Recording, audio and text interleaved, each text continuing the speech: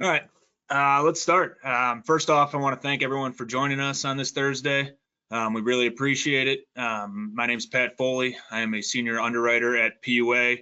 I'm in charge of the Midwest for all the architects, engineers, and contractors business. Beside me is Ken Holland. He'll be talking about this specific design build topic a little later, but before I turn it over, just want to quickly run through some stuff. This webinar is a team effort, not only through PUA and Ken Holland's firm ConstructionRisk LLC, but huge thanks to our carrier partner, Arch Insurance Group. The agenda today, or before that, a few housekeeping items. Everyone's obviously going to be muted during this presentation. Any questions, please type them in the question box. We'll have a designated Q&A at the end. We'll go through those if we have time. We are recording this webinar as well, so we will be sending up a follow-up email with the link and a PDF to all the slides, so don't worry about that. And yeah, we're going to jump right in.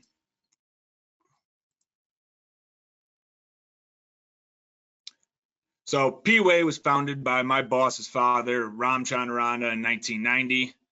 We have a proven track record. I like to say we offer stability, consistency, and obviously a deep expertise in the professional liability space. We've written more than 65 million in gross written premium last year, which is spread out through 1,500 insureds. Our four main lines are the A&E, design build, miscellaneous, and excess. Those are our bread and butter. Those are what we always will do and keep grinding through that. We have two markets. We're the MGA for Arch Insurance Company, and as well as we have the Lloyd's. So we got a broad appetite for both. You know, obviously limits are getting out of hand. People needing 10 mil limits. Since we have the dual partnership, we're able to accommodate in that, which is huge. And then we also just rolled out PUA Market Solutions, which helps us navigate some of the more difficult, complex risks that producers are having issues with. We are problem solvers. We get stuff done, and that has been a huge success recently. What sets PUA apart, everyone's got your standard markets, your CNAs, your travelers, but they're all great. But what I like to say is Ken Holland and our risk management is our differentiator. He provides expertise, great turnaround time on contract reviews, and whenever there's a question, he does not hesitate to give a quick response and give it to you straight. I also urge everyone to try our new website. We just launched it as a library full of all kinds of resources and topics and questions that can be answered. And feel free to email myself or Sandip if you have any other questions. And with that, we're going to turn it over to the legend himself, Ken Holland. Thanks, Ken. Okay, thanks, Pat. All right, next slide. Okay, so our learning objectives today, we're going to be talking about design build, and design build projects really are becoming more and more the way business is being done around the United States today. And so if you have not already been involved in a design build project, I assure you that you will be, probably as a subconsultant to the design build contractor. And what we find is that when we're working for contractors, we have risks that are different from when a project owner is our client. An owner is used to signing an AIA B101 style contract where you've got a normal standard of care, you don't have warranties, you have a good relationship with the project owner. Working for a contractor is very different. We're going to be describing that throughout this 1 hour webinar today. So we're going to cover why is there more risk when you're working as a design subconsultant to the design builder. We're going to show you examples of scenarios against designers, both by design builders and by the project owners. Managing the risks associated with these different projects through contract language. And this is always really important. I can't tell you how many design build cases that I have been involved in where the contract language that was executed between the designer and their client, typically the contractor, has created real problems. And we want to see what we can do to manage those contract risks. All right, next slide. Okay, so the professional liability claims that we're looking at, I think I have a misstatement on here. It's really about 70% of the claims against designers are because of their pre-award services. And then 30% are based on post-award. So by pre-award, what I mean is when you are preparing your preliminary design for your contractor client, the design builder, who's going to be preparing and submitting a guaranteed maximum price proposal to the project owner, those proposals are being used by the contractors to come back and make claims against the designers. They assert things like, well, yeah, you didn't make an error that caused a building to collapse or any personal injury, but I lost money. I didn't put as much money into my GMP proposal as I should have, and they want to recover that from you. And I have had so many claims where I've been involved in like this that I've put together language, I've worked on language that defines your standard of care for preliminary services differently from what you do when you're providing your final services. And we'll go through that clause later on. Okay, next slide. Okay, first off, before we jump into all the real details, I just want to go through 10 points just as an overview. Now, I want to say this. I put more content in my slides than probably any other speaker, and I do this intentionally. I don't just use bullet points. I give you really very meaty detail. I'm not going to try to read through everything here today. I would never be able to do it in an hour. But what I hope is that you'll save these slides and use them as a resource in the future. Maybe put them on a bookshelf or save them as an electronic folder on your computer. But I assure you that you'll find really valuable things in here that you can use in the future. So the first part, I just want to go through very quickly these 10 points. Factors that you should consider is 1, how much design development, detailing, and prescription is actually furnished by the owner and included in the RFP. These are known as the bridging documents. What is the owner's approach to the design and related risk allocation? What disclaimers and non-reliance provisions are in the RFP as to the preliminary design risk and the defense and indemnity obligations as to the owner-furnished preliminary design defects? Okay, next slide.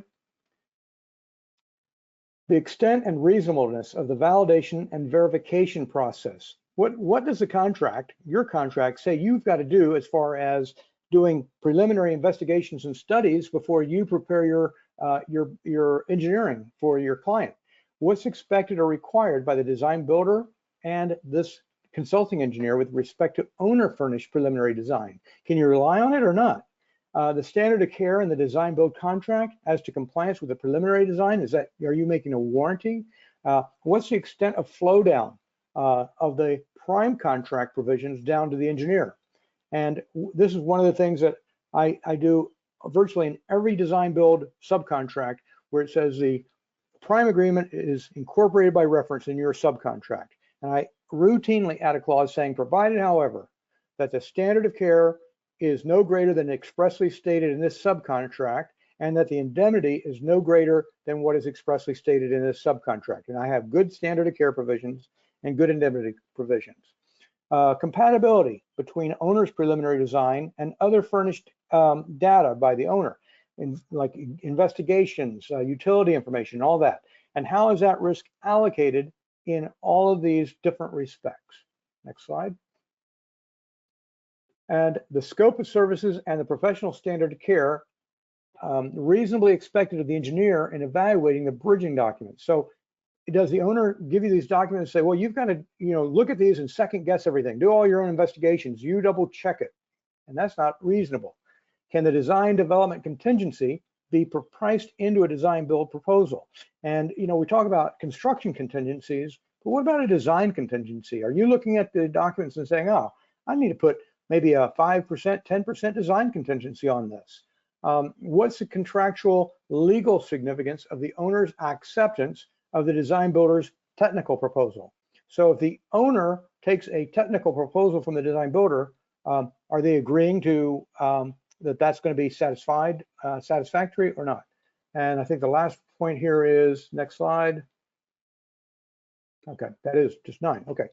Okay, now let's get into the roles and risks that the design builder or the designer has on design build projects. Okay, so first of all, what's happening is the design builders are coming in and they're doing very aggressive bid pricing. They may not be putting any kind of design development contingency at all. There is pre-award design and investigation verification services where the scope is just way too limited. And so the designer, if you're looking at a subcontract, you need to look at that scope, you need to look at the contract language and say, no, this is not reasonable, this is not realistic, that needs to be changed. There's unreasonable risk allocation between quantity overruns. This is a contractual liability that you're finding in a lot of contracts, and a heightened standard of care. And what I mean by the quantity overrun contractual obligation, I'm seeing all these contracts today that say, okay, you understand that the owner and your design builder have a budget, a construction cost budget, and you're going to design so they can all meet that construction cost budget. And then they often will say things like, I read one yesterday, it says, and if the contractor's costs come in 10% over that budget, then you, a designer, have to redesign everything for free. Some of them don't even put it 10%. They just say any cost overruns, and the owner has a choice. They can modify, change the contract, or you can be required to redesign it again for free. I like to change that to say, well, you're going to redesign it, but you're going to do it for free only if it was due to your willful misconduct or your negligence. Okay, and then you've got insistence on payment, withholding, and back charge provisions that are really diminishing and negating your availability to have insurance coverage. So if you've got an owner that simply withholds all your fee, or a client that withholds all your fee, and now you're suing them for fee, that's not what insurance is there for. So insurance isn't there to cover you for fee disputes with your client. That's a different issue. So you need to be careful of those withholding clauses. Next slide. Okay, I believe that you need to have a design development contingency included in your proposal. When you're proposing a subcontract to a contractor on a design build project, the design development progression needs to be anticipated. You have optimistic, aggressive bid proposals, and you have design assumptions that simply may not be accepted by the owner, and you may have to do something more expensive. You have owner preferences, regulatory interpretations, delay in third-party approvals. All of these things could delay the design development process. You have non-negligent errors, omissions, and other deficiencies in your proposal, and you need to correct those. But if they're not negligent, why would you have to do this work for free? And what I've found is in today's market, with supply costs going up, labor costs being uncertain and going up, by the time the project gets started, it may cost more than you could have reasonably anticipated. And my view is, why would you have to redesign and do all that work for free if you weren't negligent in your design having actually caused those cost overruns? Okay, next slide. Okay, so how much contingency should we be putting in here? So one court, a Massachusetts court, recently in 2019 said a number of experts testified that the consensus seems to be that cost increases in the range of 10% should be anticipated. Okay, so that's they're looking at saying, okay, 10% contingency. All the experts agree that the court finds that in design build projects, weights, complexities, and therefore construction costs invariably increase after the contract is awarded as design development proceeds to the final approved owner construction design.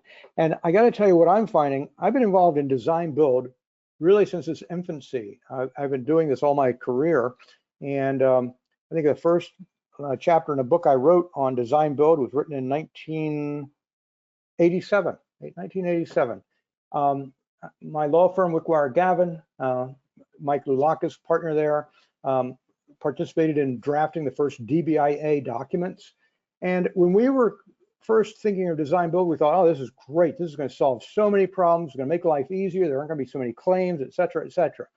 I got to tell you, it hasn't turned out that way.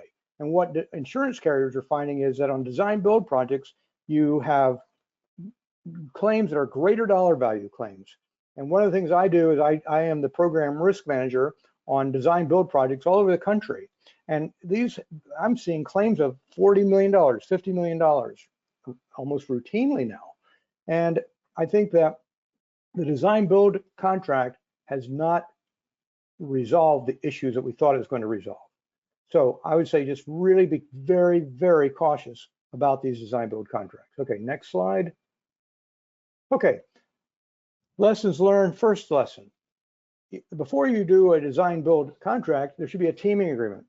So you're going to have a teaming agreement between you and whoever you're going to be working with. So let's say you're going to be working for a design build contractor. You may have a teaming agreement, and it's going to reflect the intent that you're going to eventually have a signed contract with them. And what I'm finding is I negotiate large design build contracts, always for the engineering firm. And when they're working for a contractor, the contractors will sometimes just give you a teaming agreement and say, here, sign this teaming agreement. We agree that if we finally get a contract from the project owner, then we're going to give you a contract, a subcontract. And I'm like, no, that's not good enough. We need to negotiate right now the terms of that subcontract so that it is attached to the teaming agreement. It may not be the total contract, subcontract, but it needs to at least say, these are the minimum contract clauses. This is what the contract's going to look like. It needs to state what is your standard of care, no warranties, what are your indemnities, what's your limitation of liability. These should all be agreed upon before you sign that teaming agreement. Now let's go to the next slide. So the teaming agreement, what you're doing, you may be creating a special purpose entity. It's like a partnership sometimes. So a teaming agreement, you may say, well, you know what, we're going to get together with some other entity. We're going to make this is going to be a joint venture project. You've got to look at your licensing law in the state you're dealing with. I write a newsletter almost every month, free newsletter called ConstructionRisk Report. If you don't get it, you should. It's free. Just go to my website, www.constructionrisk.com, sign up for it. I just wrote an article that'll be in the next month's issue, and it is an article where there was a state law that required that the bidders on a project for a design build project had to be a licensed joint venture entity. You had to be licensed. Well, the joint venture entity on that project wasn't licensed. What they did was each party to that joint venture had a license, but the entity itself did not. The state rejected their offer, or no, the state wanted to accept their offer, but there was a bid protest. Bid protester won, it went to court, and the court said, yep, the law is joint venture itself must have the license, cannot rely upon their subcontract or joint venture partners. So it's very important. You got to know what your licensing law is. Okay, next slide. Now, I live in Virginia, Washington, D.C. area. The courts in Virginia say that if you have a joint venture agreement, but you don't have a subcontract attached to it, then that doesn't even count as anything. Parties can walk away from each other. So they're in Virginia, at a minimum, you've got to have your terms of your subcontract in detail, in writing, when you do your teaming agreement. Okay, next couple of slides, go on, go again, go again. Okay, a case study on teaming agreements. In this particular case, the consultant contributed significantly to obtaining the design build contract. And the court found that there was an enforceable teaming agreement, but the relief was limited to the amount spent in preparing the proposal. So the amount spent in the solicitation effort and the fair value of the subcontractor's contribution to the prime contractor agreement. The lost profits were too speculative. So this designer was not able to sue and say, hey, you terminated my agreement before I made my profit, I need to get paid. So you almost always have a termination for convenience type clause in a contract, and you should not expect to get your profits if you don't have, if you have a normal contingency, a normal type of a clause. Okay, next slide. Okay, another teaming agreement study. In this case, preliminary discussions between Trident, the subcontractor, and the Austin company, who was going to be the general contractor, but they couldn't agree on the price, and the agreement to enforce was found not enforceable. Okay, next slide. Next slide. Okay, battle of forms. Okay, now this is really important. I see all the time where the designer has submitted a proposal to its client, whether it's to a project owner or to the design build contractor, and your proposal has your standard terms and conditions in it. But when you get the response back from the design builder, they say, well, we're not accepting your terms and conditions. Here are the terms and conditions. But sometimes they don't even say that. They just simply send you back their terms and conditions, and you sign it, and your assumption is, well, hey, I gave them my terms and conditions, those apply. That is not true. The courts look at the battle of the forms and they say, whoever gave the last form, that's whose form is going to be applied. So if the if your design builder gives you a contract form and you begin doing the work, that's going to be the contract form that is going to be binding. So in this case, the Savannah parking garage project, design builder and its engineering sub, they litigated over what contract terms are going to apply. Well, the engineer had a letter of proposal, had a scope of service and the terms and conditions, but the purchase order by the design builder had completely different terms, but it also referenced the engineer's proposal. Now, typically when you reference the engineer's proposal, you're only referencing their scope of service. What are they saying they're going to do? The court found here that the purchase order was the final form. It was a counteroffer, and the engineer didn't object to it, but instead began performing its services. Next slide. So the developer sued the owner for breach of contract. Owner moved for summary judgment. There were unaccepted offers and counteroffers, no enforceable contract, damage claims barred by the statute of frauds, and the court found that the letter of intent document, so this is a different case, this is a letter of intent document, showed that the parties intended to be bound by the terms of the letter of intent at the moment of acceptance before they had negotiated the more formalized agreements. And it may have been intended as only an interim agreement, but the court said in this case it was going to be binding. Therefore, summary judgment was denied, and that case has to go to trial to a jury to decide factually who is going to prevail. So this case is a little bit different. You've got a letter of intent. You didn't have a formal agreement at the end, very unlike the Virginia teaming agreement type deal. This court says letter of intent, good enough, has all your terms set out, it shows the intent of the party to be bound, therefore we're going to bind you to those terms. So be aware of that. Okay, next case. Okay, now it's really important to establish a standard of care. And what I have on this slide is a standard of care for providing the preliminary services. And what we do here is we say, look, we're only giving you preliminary services and they're not complete. They're subject to design development and progression after the award. The design builder is going to include appropriate contingencies in its price. And basically we're trying to say, look, we're not giving you a final design. Don't turn around and sue us like we gave you a final design. You, the design builder, have to do a lot of work here. And this clause is very, very valuable. I've found this clause or one similar to it in contracts by people like WSP engineers use a clause like this. And so when you do this and somebody comes back and says, oh, no, we won't accept it, I believe you can absolutely insist on having this type of a good preliminary services definition or standard of care. Next slide. Okay. In this case, Middlesex Corporation, in 2019 up in Massachusetts, a design builder filed suit against his engineer subcontractor for cost overruns. This is just classic. The design builder sues the engineer and he says, look, I didn't make as much money on my guaranteed maximum price contract. I didn't lose money, but I didn't make as much profit as I should have because you didn't give me good enough estimates of quantities, blah, blah, blah, blah. Those were the arguments. Well, the trial court found that the contractor was arguing that the preliminary plans prepared for the bidding purposes should have been complete and accurate to the same extent as if they were 100% construction documents. The court said that's just not how it works. There was no evidence that the engineer failed to meet the standard of care for the preliminary design documents, and nothing suggested anything that the engineer did caused the project to be more expensive. Okay, next slide. Okay, the design builder in this case acknowledged that as a design professional, the engineer's performance with regard to any services performed as to the subcontract are subject to the professional standard of care. The design builder and the engineer agreed that the applicable standard of care is a degree of skill and care normally exercised by firms practicing at the same time and place of the project. There was no other representation and no other warranty, whether express or implied, that would be imputed to the engineer's services in this case. Okay, next slide. Okay, some of the content from the case. The engineer will provide its professional opinion regarding design builder's construction estimates for quantities and comment on specific items of potential quantity growth, but the engineer shall not have risk associated with estimated quantities or construction pricing. That's a very important clause. Engineer will prepare its own independent estimate for use by the design builder in making its assessment of quantities.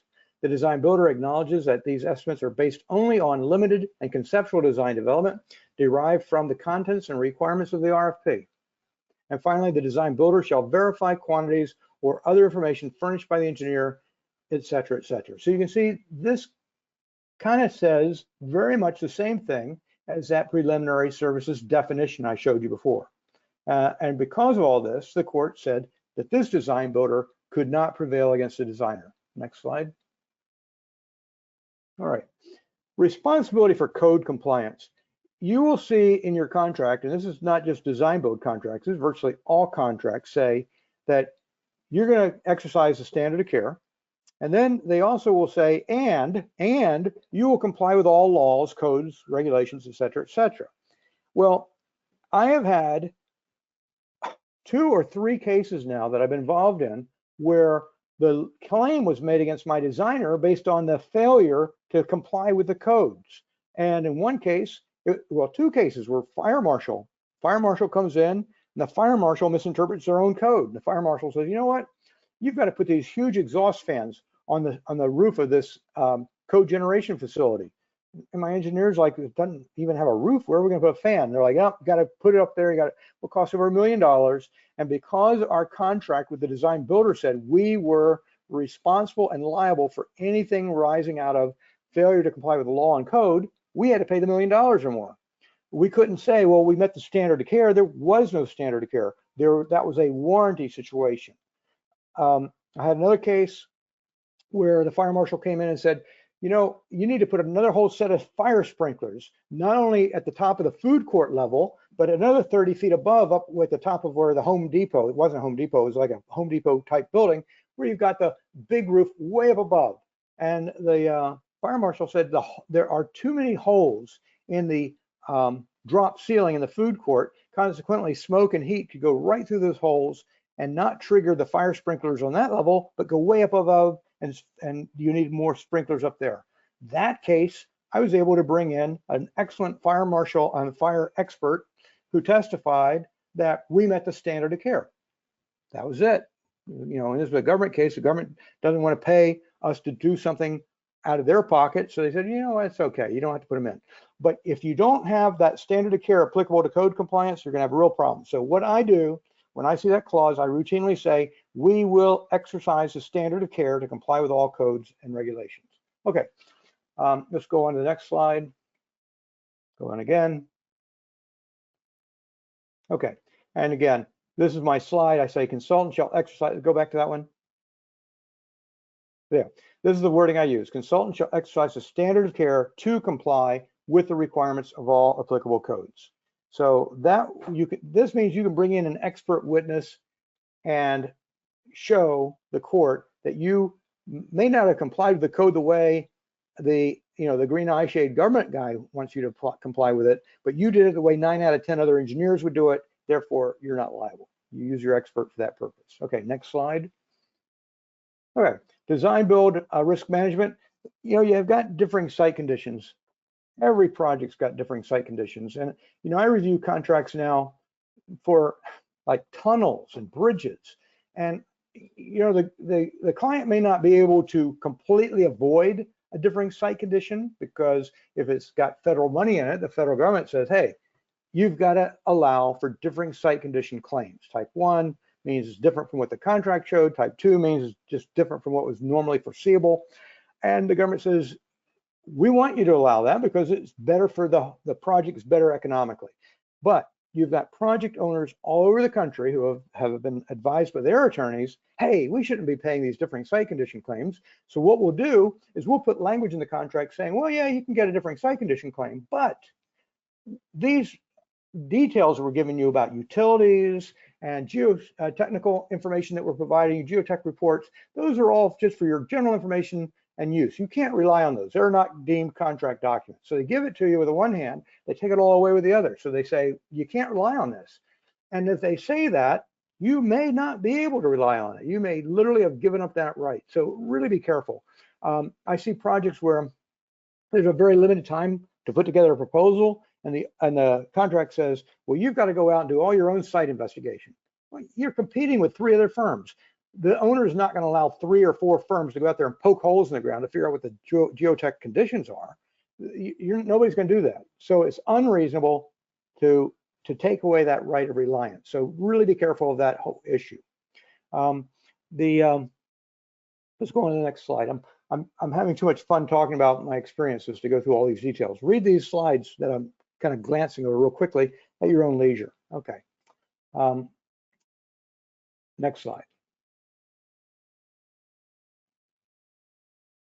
Okay, so be careful of contract language that deprives the design builder and its subconsultants of the right to reasonably rely on owner-provided information and data.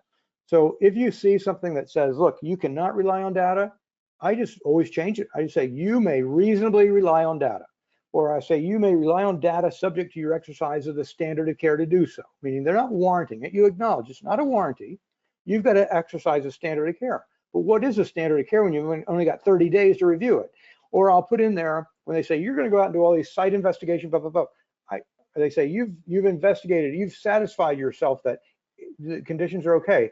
I put comma, subject to, I say, subject to, we did not perform any subsurface or intrusive investigation, okay? We did not do subsurface or intrusive investigation. Many times, your client will accept that because they know you didn't do that. They're not expecting you to do that. But that language can really protect you in later litigation, okay? Next slide. Okay, this one, the design builder was entitled to recover on differing site condition based on conditions that differed from the soil report. So on this one, an underground parking garage project, the engineer subcontractor of a design builder incurred cost redesigning the foundations because there was soft clay that differed from the soil conditions shown in the initial reports included with the contract documents. Well, the owner denied that claim, asserting that, well, the soil report showed there was clay, therefore there could be no differing site condition. Well, wait a minute, just because they showed there was clay, what about, was it this type of clay? Was it in this exact location? Well, the design builder in this case prevailed. They got over $15 million from the project owner, plus a $2 million reward in attorney's fees. Next slide. So the court held the jury could find that this was a differing site condition because the type and amount of clay could be deemed different from what was shown in the soil reports. The jury could find bad faith by the city because the city rejected the design builder's materially differing site condition claims simply because, quote, the soil reports had always indicated the presence of clay. They ignored the provisions for the differing site condition claims for site conditions that differed materially from the conditions indicated in the contract documents or from conditions ordinarily found to exist, okay? So the court looked at this and said, well, you can't do a general disclaimer of differing site conditions like this. You've got to look at the actual details. And I've written articles on numerous differing site condition claims on my website, and I've prevailed on differing site conditions claims where the government has come in and said, well, you know, we gave you a report and it had site borings showing you where there were problems. We're like, yeah, but it didn't show that there was a problem right here where we were putting this footer. And the government's like, well, no, you knew from these other areas there'd be a problem there. We're like, no, we didn't. And so then I had to get an expert engineer, soil engineer, to come in and testify. We met the standard and we prevailed. And we prevailed through settlement. We don't normally take this all the way to litigation, but settlement's where you want to prevail. Okay, next slide on this.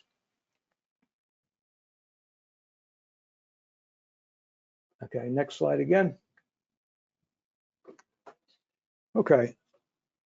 Metcalf and Eddy, United States case of 2014. The government duty of good faith and fair dealing is held to mean more than merely not acting with bad faith and malice.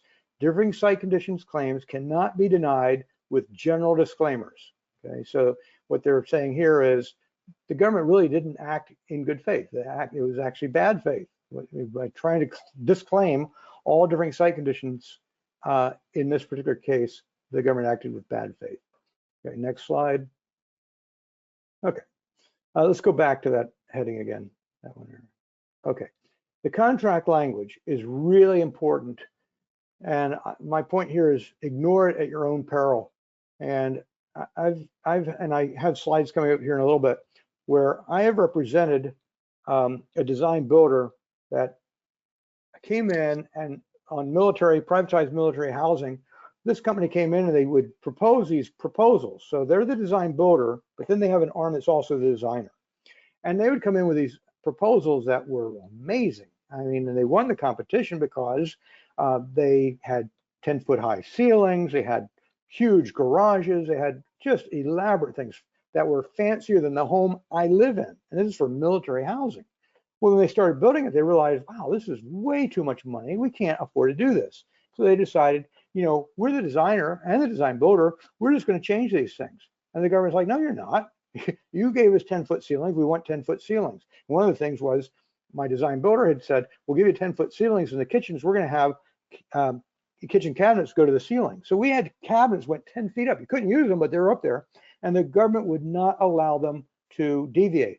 And my client didn't want to give them any money for deviating. My client just said, well, we're the design builder. We should change this. I'm like, no, that's not how it works. If you in your proposal propose something to your client, you better be ready to meet that, because your client isn't going to deviate from that unless you give up money. And that's the rule. Okay, now let's look at my cases here. Okay, first case. Indemnity. There was an indemnity clause here, and it required the indemnity for all damages. So Black & Veatch is your contractor on an EPC power plant. It subcontracted the combustion turbine installation, a foreign object damage to a number of the compressor blades after startup. And Black & Veatch paid the damages to the project owner, and then it sued the sub under the indemnity clause for $1.5 million in direct cost to repair the damage, and another $2.5 million because of delay damages. Okay, next slide. The sub didn't want to honor that indemnity clause, so Black & Veatch went to litigation, and they got summary judgment. The court said the indemnity language was broad enough that it required indemnity for any and all damages, including the delay damages. The waiver of consequential damages clause was not applicable because the clause expressly stated that it wouldn't apply to any obligations owed under the indemnity obligation. And you'll see that often in your contract. You'll have this nice mutual waiver of subrogation, and often it'll say, but this waiver doesn't apply to litigation arising out of willful misconduct, gross negligence, or indemnity obligations. Very typically, you'll see that in there. In this case, there was no subcontractor right to recover contribution from Mitsubishi, the manufacturer, because it was not independently responsible under the contract for tort damages. Okay, next slide. Okay, let's go on to the next slide again. And next slide again. Okay. Okay, here the design builder failed to prove that liquidated damage amount was arbitrary. You know, the insurance policies for professional liability, they don't cover liquidated damages. What they cover is liability resulting from your negligence. And when you have liquidated damages, that just means if there was a delay, the project didn't get completed on time, you're liable. It's like a warranty. So you want to be careful about these liquidated damages. The Coast Guard, in this case, assessed LDs against a design builder that was late in performance and terminated it for default. The contractor filed suit and argued that the dollar amount set for the LDs was not reasonable based on what was used on other projects and based on certain components such as the government personnel and admin costs being included in the LDs. Well, the court denied this contractor suit and said the design builder failed to prove that the rate was unreasonable at the time that it was set by the contracting officer based on information available to the contracting officer. So the point here is liquidated damages clauses are negotiated up front. They're used when it's difficult, maybe even impossible, to ascertain what are going to be the actual damages caused by delay. And the issue is, was it reasonable when it was negotiated? Not what were the actual damages later on when there's a delay. And I've had cases where there was no damage at all from the delay, and yet my designer had to pay LDs because they agreed to LDs. And so the issue was the amount of LDs reasonable when it was negotiated, not when it was ultimately, the damage ultimately occurred. Okay, next slide. Okay, this is really important. Contractor forfeits its recovery for extra work that it performed without getting an approved change order. So here the design builder has a fixed price contract to upgrade HVAC in college dorms. It performed a lot of extra work because of unforeseen problems with the existing system, and it got approval from the construction manager that was working for the project owner. But the university ultimately refused to pay anything other than the original contract price because the change order was never executed by the purchasing department. And the court granted the university's summary judgment motion and found that the contractor did its work without getting the prior approval of the change order. There was no recovery given for unjust enrichment. So in this contract, it said the only one that could approve a change order was this purchasing department, and it wasn't done. I have had cases where, like on one of the big medical center, my engineer was owed $2 million by the project owner. And the contract said, look, if you're going to get an extra $2 million, and this is for additional services, they were owed $2 million for additional services. And there's a process. If you want to get paid, you've got to put in a request for payment for additional services. And the only person who could authorize that was somebody like this purchasing department person at the university. My engineer never did that, wouldn't submit it. And I'm like, what are you doing? You're owed $2 million. Meanwhile, they're paying all their subs all the money. So they paid out the $2 million for subs, obviously the engineer was a big firm, but they hadn't put in the request. I said, you realize under your contract, you are forfeiting, you are waiving your right to ever get paid that $2 million. Their response was, well, Kent, right now we're not doing real well with this owner, but they're going to love us shortly because we've got to resolve these other issues. We got another project going on, and once we've resolved that issue, then we'll come in. And I said, no, you're not. What's going to happen is you're going to be finished your design. They're going to bring in the contractor to build the design you've designed, and then you're no longer the friend of the owner. You're now going to be the guy that the contractor is going to blame everything on. So at my urging, they finally put in their request. They got paid their $2 million, and sure enough, a year and a half later, the contractor is making claims, and the engineer got into litigation. They got their $2 million. If they hadn't gotten it then, they never would have. So it's really important. Don't work without getting your additional services approved by the right person. Okay, next slide. Okay, next one, comply with the plans and specs even if you wrote them, and I've kind of covered this already in my talk about my military housing. Next slide. Next slide. Impossibilities of defense. So the design builder in this particular case asserted that the owner failed to provide a design temperature and flue gas volume that was required by the contract. And so the contractor said, look, I can't do this.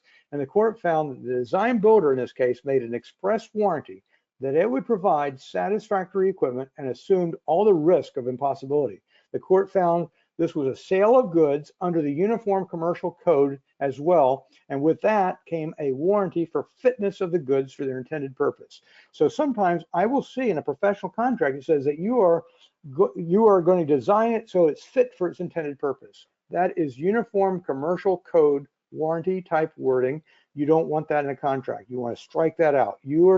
And I have a standard of care clause that says we're going to meet the normal standard of care, and we deny all express or implied warranties concerning our professional services. Okay, so you don't want to ever agree to this fitness for intended purpose as a designer. Okay, next slide.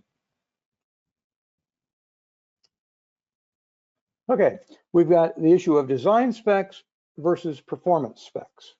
And if the owner includes design details in its bridging documents, and the bridging documents are the documents that the owner gives to the design builder when they're putting together their guaranteed maximum price. So the design builder gets the bridging documents, there might be 10%, 15% of the design for the project. They give those bridging documents to the designer to say to you, hey, flesh this out a little bit more before I get my guaranteed maximum price. Then after you get the award, then you go out and you finish the design.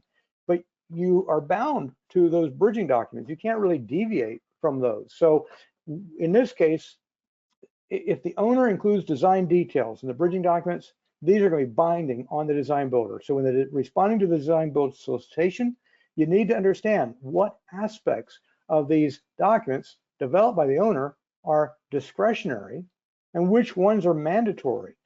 In this Dillingham construction case from 1995, a long time ago, there were electrical specs in a solicitation.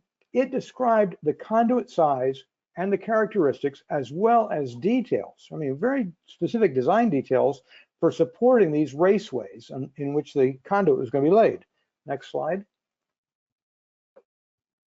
Dillingham's electrical sub wanted to use a metal-clad cable instead of raceways, and the owner rejected the proposal. Well, the sub went ahead and installed the system that was different from what was specified, and the owner required them to replace them.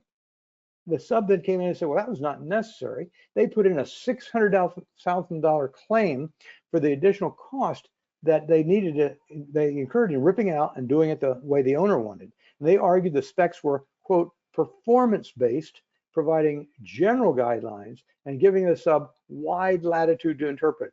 And the court said, absolutely not. These were design specs, and they gave the sub no flexibility to deviate. So in this case, this sub lost. So again, you've got performance specs. And they say, look, we need you to design a building that's going to accomplish this. You know, you figure out how you're going to do it. Design specs say, we need a building and you're going to use this type of a curtain wall, this type of cladding, this type of conduit. Those are design details, and you better be prepared to meet those. Okay, next slide. Okay, next slide again. Next slide again. And next slide again. Okay, in this one, the government has authority to reject the design builder's revised site planning as non-conforming where the plan differed from the design that was submitted with its best and final offer. So in this case, the design builder gives a best and final offer plan, and then he comes in with a revised plan that doesn't conform to that plan. And this was regardless of whether the design builder could show that this revised plan would actually give the government a better or more economical, best use of its site. The board held if the site plan proposals included in the technical proposal with the best and final offer resulted in excessive work, the government had the right to insist on that site plan if it wanted it, and that was included in the best and final offer by the design builder. So the government gets to insist on getting what it wanted, and the designer and the design builder can't come in and say, you know, there's a new process that's been invented since we gave our BAFO. We could do it a much better way, cheaper way, better for the government, better for us. Government does not have to accept any of that. So again, beware of that. Okay, next slide. Okay, next slide again. Next slide.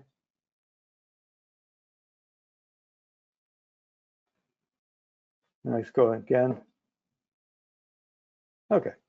Okay, you've got an owner's implied warranty of these bridging specs. So when the owner gives these design specs that were prepared by the owner and the owner's designer for use by the design builder, that creates an implied warranty. It's just like when the owner hires you as a designer and you design for that owner, you are subject to the standard of care in your design. You can't be sued unless you were negligent in preparing that design. When the owner takes your design and they give it to bidders, contractors to bid the project, to build out your design, the owner has a different standard. They are giving an implied warranty to that contractor saying, look, if you meet these plans and specs, the project will work.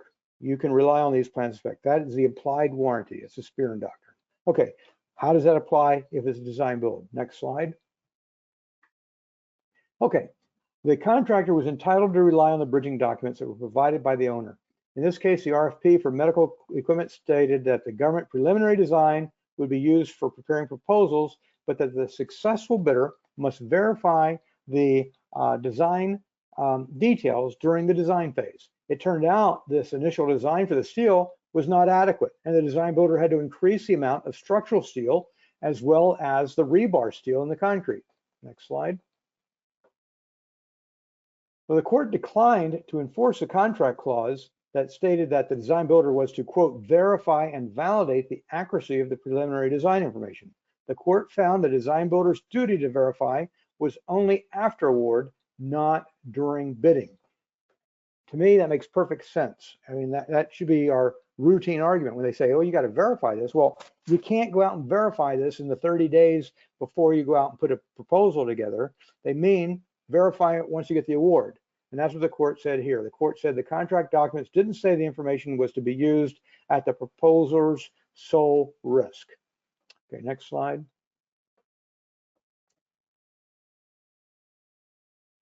Okay, next slide again. And again. Okay, Where the government drawings of existing building conditions were inaccurate, the design builder was required to verify the actual conditions. So in this case, RFP for a design build sprinkler contract included background drawings of existing conditions at a VA hospital. The RFP required the design builder to verify all the information provided by the government, but after award, the design builder learned that the drawings were not accurate, and it had to perform a complete field survey of the hospital. And the design builder said it had only intended to spot check the drawings against conditions. Next slide. Well, the government denied the change order, and the board held the design builder was not entitled to recover since the work was not, quote, extra, but was already included in the contract. The contract required the contractor to verify, not merely spot check. So this case sort of goes the opposite way of the case I showed you right before. Okay, next slide.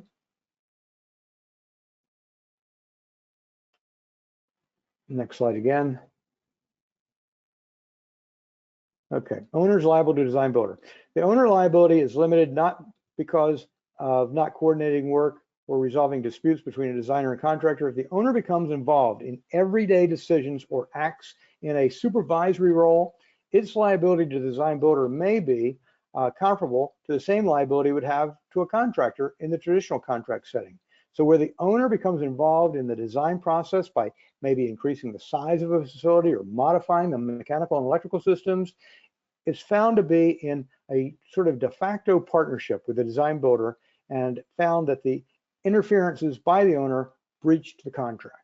Okay, so in a real sense, I look at it as the design builder sort of benefits by having very detailed bridging documents, because then they can rely on those. If they meet those bridging documents when they design it and build the project and things go wrong, you come back and blame the owner. Say, whoa, whoa, whoa, whoa. You're bound by, you gave me an implied warranty of those documents. So I don't need to go back and rethink everything in those documents. That would be your argument. Okay, next slide. Okay, next slide. Okay, you must ask about obvious conflicts and specs. Okay, next slide. Next slide. Okay, indemnity and defense obligations. Okay, next slide. Okay, so in this case, you had an EPC contract. It limited the design builder's liability to the CGL insurance proceeds. Now, let's go on. I want to show you what the court held here. Next slide. Next slide again. Okay, now the court enforced this LOL clause, and the court says, look, Valero and Kellogg are sophisticated entities. They're replete with learned counsel. They negotiated their working relationship over the course of almost 3 years, with Kellogg submitting several proposals for Valero's review. Valero, having bargaining power equal to Kellogg's, agreed to the exculpatory clause in this contract. Valero possessed resources necessary to ascertain and understand the rights it held. Valero, of its own accord, negotiated those rights away. That is the way I'd like all courts to look at this. When we make a contract, we are negotiating a contract between two basic commercial entities. We're not dealing with mom and pop homeowners. We're dealing with, big project owners. They have attorneys, we have attorneys.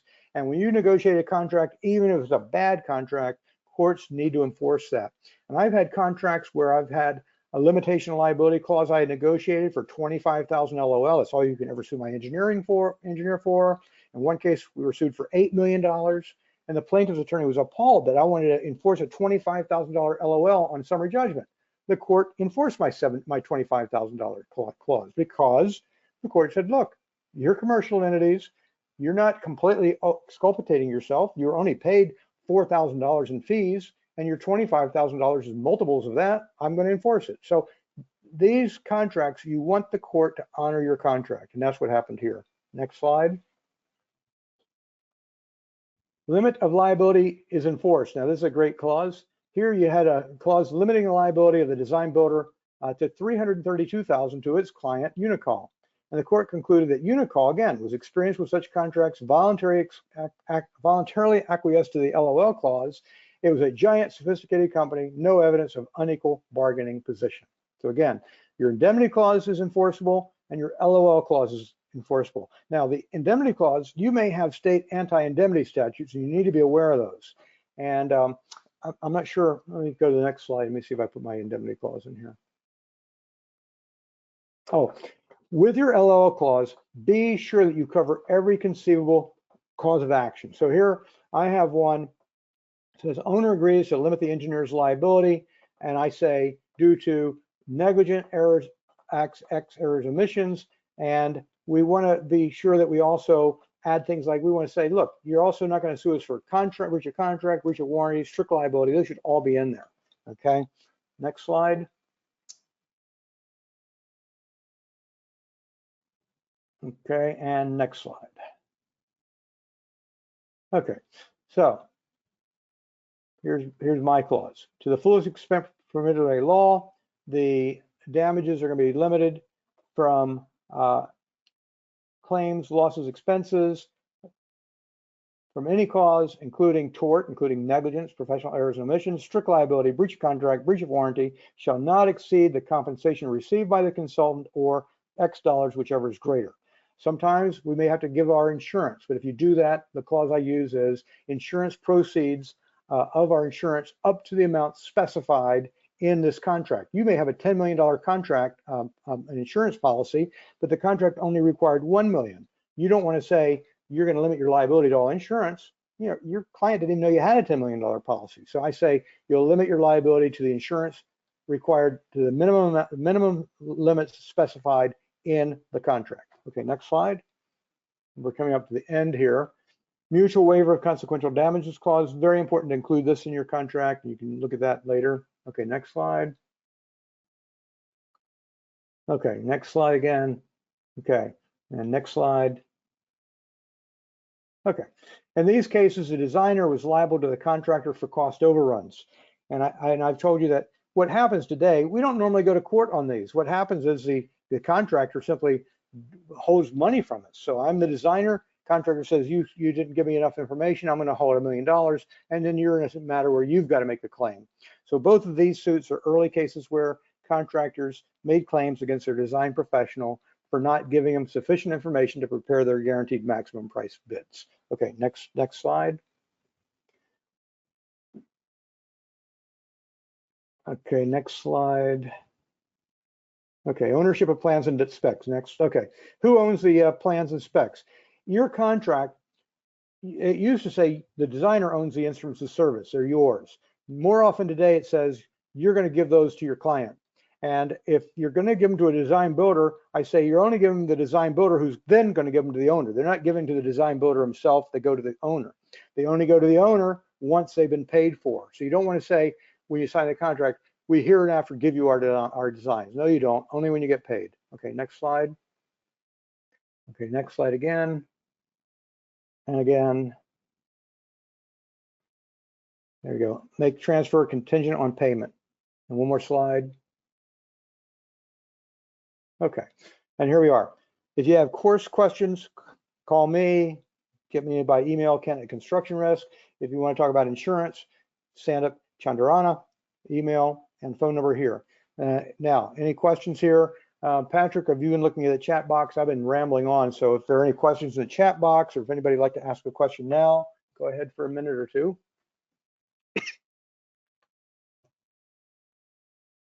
Thanks, Kent. Yeah, no, no questions that are currently in there. We answered a few earlier on while you were talking, but yeah, no, if anyone else has anything, please email Kent, Sandip, or myself. We are happy to help. Again, this will be sent to you guys. So you will have these slides, like Kent said. Keep them, dig through them. They are very helpful and will be used down the line. Yep. And then if you want a certificate of attendance for attending the session today, please send an email to, don't send it to me, but send it to Julie@ConstructionRisk.com. Julie@ConstructionRisk.com, and she will prepare a certificate of attendance for you. Thank you.